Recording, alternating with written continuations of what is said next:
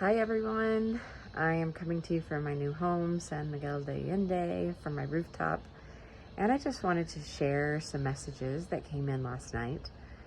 I am really seeing that the theme for 2024 is that people are going to be accessing their hearts more and learning the real meaning of love more.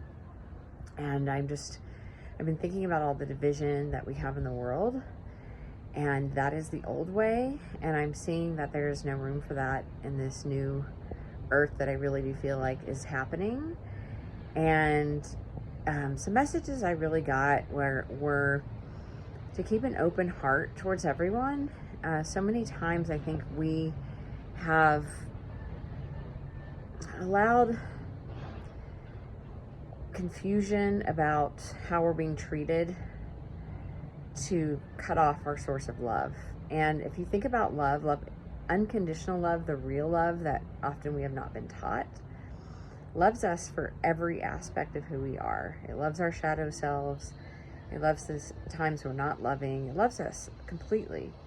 And yet, with other people, we often will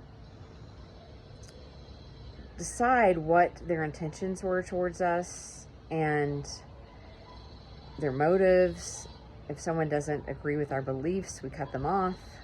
And we really don't show love to one another.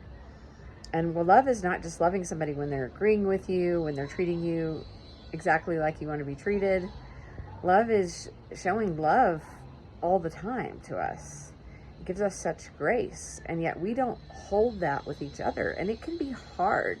It can be hard to not take things personally. I've done the same. And what I realized last night is that when I have done that, it's like I'm trying to get love from that person, which no person can actually really 100% offer us, instead of connecting to the source of love, instead of connecting to love itself. When we get love from love itself, we don't need anyone else to show us love. We can let people show up exactly as they are.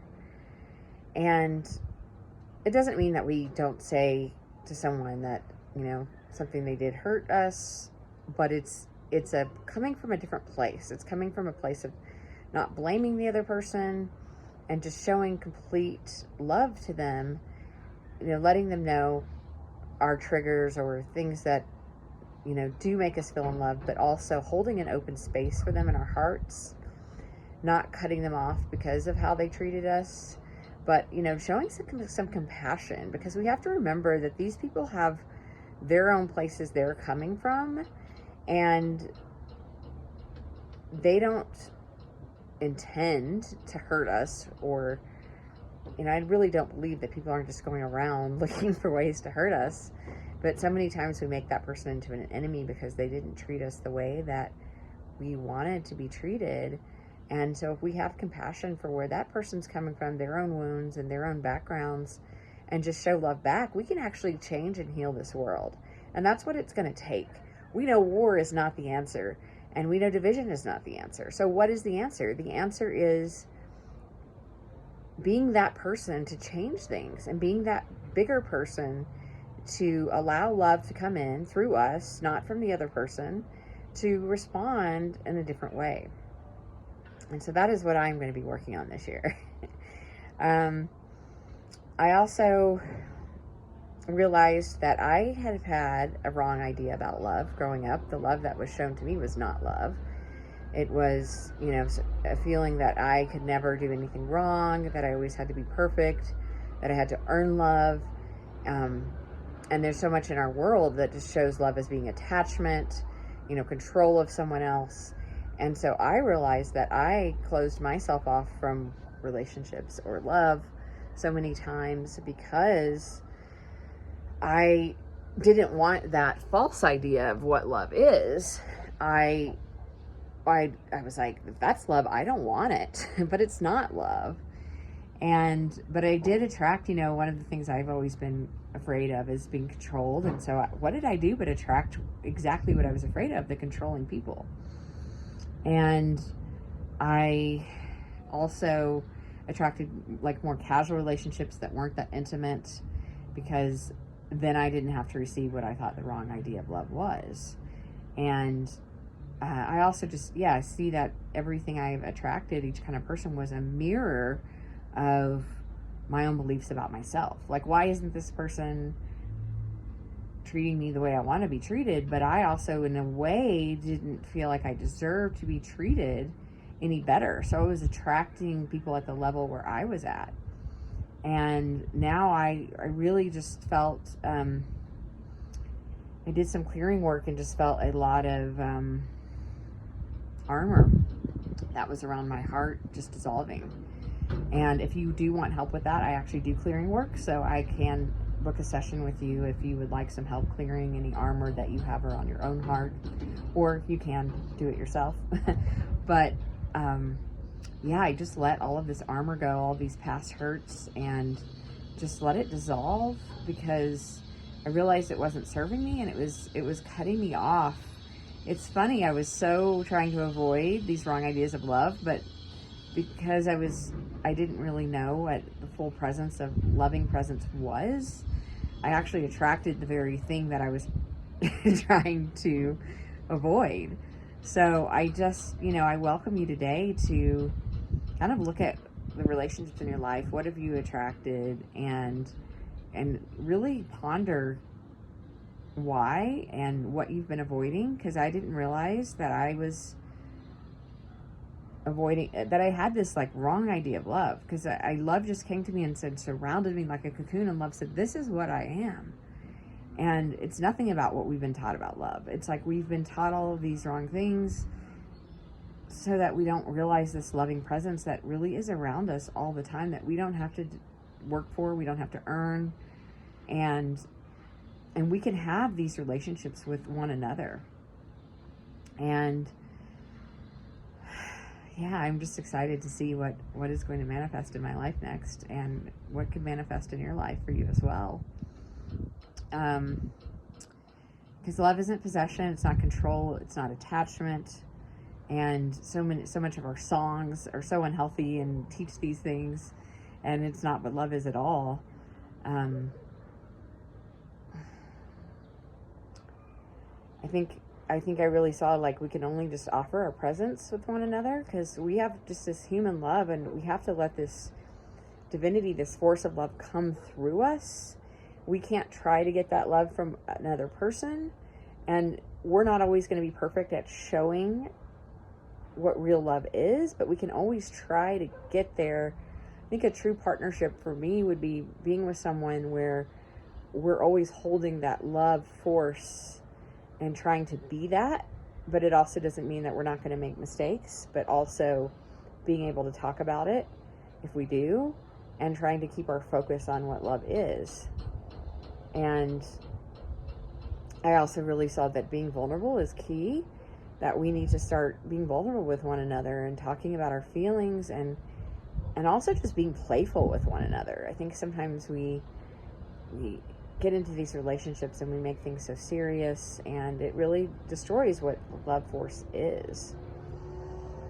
And I just saw how much people around us are mirrors, and we don't always want to believe that, but I think if you look deeply at what somebody is reflecting back to you, and just let it be okay. Don't judge yourself. Don't judge the other person.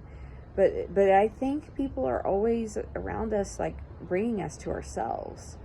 And if we really look at what they're showing us, it shows us our own feelings we have about ourselves, and what we deserve, what we think we deserve. And we can really learn a lot by just looking at our relationships and what they're showing us, and deciding we want a different way, because what we've been doing in our world is not working. And one of the other things is I just really was to connect more to myself. How many times I do spend time alone with myself, but how much of it has been actually connecting with myself, and that myself wants, so many times we want to go on this like amazing, we want to find a date that wants to get to know us, and or this other person or a partner or even a friend, but how many of us really know ourselves? How many of us are okay with the parts of ourselves we don't want to look at, or the parts that we don't want someone else to see? And so one of the things that I actually even talked last night to somebody who does IFS training, IFS, she's a practitioner, internal family systems. It's a practice I really recommend. It makes you see that you have all these parts to yourself, and that all these parts that maybe we don't want to look at, they're there a lot of times because of fear. And it's about holding those parts and letting those parts be known and understanding why they're there, and letting it, like, that's just a part of us, and that's a part of us too, and they can be invited to the table, and allowing love to enter into those parts, because the parts of us that may not be so appealing, they're still part of us, but if we shut them off, we cut them off, we can't really be known by ourselves, and we can't be known by another person. So I think some of the real key here is to just be okay with these parts of us that we want to hold, we want to shut down. In the IFS, internal family systems, there's a lot of free guided meditations on this work that you can do on your own on Insight Timer. It is a very beautiful practice to allow all parts of ourselves to be seen and known. But it really does start with you getting to know yourself. Because if you don't know yourself, if you don't know even what your own hopes and dreams are, what you're really wanting from this life, no one else can really know you. And it's, not everyone is going to see your full self and want to understand you or be with you. And that's okay, because we're not meant to be with everyone. So if you allow, though, the truest you to come forth and say, this is all of me, the people that can hold that's the people that you want to be surrounded with. And so that's what I aim to do more of in this future. And I invite you to do the same. The other thing that I was led to do today was I'm really a big fan of Elizabeth Gilbert's latest work on letting love come in and write a letter to you. And her question she asked is, what would love have me know today? So I did a letter today, and I'm going to read it. I'm going to share it. And I encourage you to do this same thing and allow love to come in and allow, say, what does love want to show me today? What does love have for me? And I'm going to start doing this. And the way I want to get to know myself more is just to write things, because I feel like, for me, writing, it's funny, I write a lot of poems and things that are not as vulnerable as just writing words and just writing to myself. And I won't be sharing everything I write to myself. I'm going to keep a lot of this just for myself.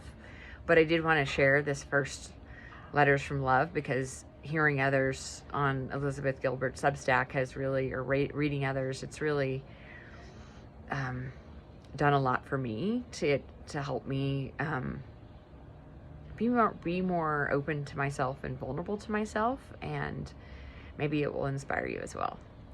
So this is a letter from love to me. Hello, dear one. I'm glad you finally decided to see the real me. I'm sorry you weren't shown what the real me was when you were a child. So many of what humans call love is really control of one another and attachment. They call it me, but it's not me.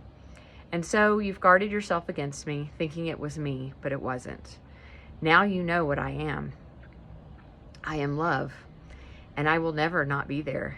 There is nothing you could do or be to make me leave you. You can finally come to know all aspects of yourself and know that I will not leave or abandon you. I have seen your struggles, your fears, your doubts, your feelings of unworthiness, your shame, and still I am there. I still have enveloped you. You are so loved for all that you are, and I wouldn't have you be any different than you are. There is no need to heal, no need to be something you are not. There is no need to be better or get it right to receive me.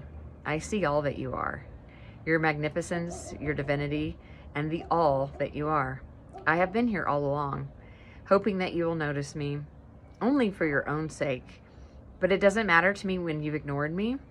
I have never stopped being there for you. I am so glad that you are finally taking the time to know yourself as I know you. For I have been in awe of all the challenges you have faced. You made it through them. It was I who was guiding you, and you weren't aware of it, but I've been your biggest cheerleader. You don't have to be perfect to be with me. I just want you to be real. I am in everything. You can't separate yourself from me, but you can decide to get to know me. Oh, the adventures we can have together. I love when you decide to show me to others who don't fully recognize me yet. It makes me so excited to know that you have realized others don't have to show me to you because you already see me. You already know me. The most magnificent thing you can do is show others the joy you have by knowing me. You don't do this by telling them, but by listening to another, being there for another, and just by your presence. By not turning away when others show you their deepest darkness. Just the way I have never turned away from you. You have given me so much joy when you allow me in. And you give me joy even when you don't. Just to surround you with my presence is enough. I delight in you.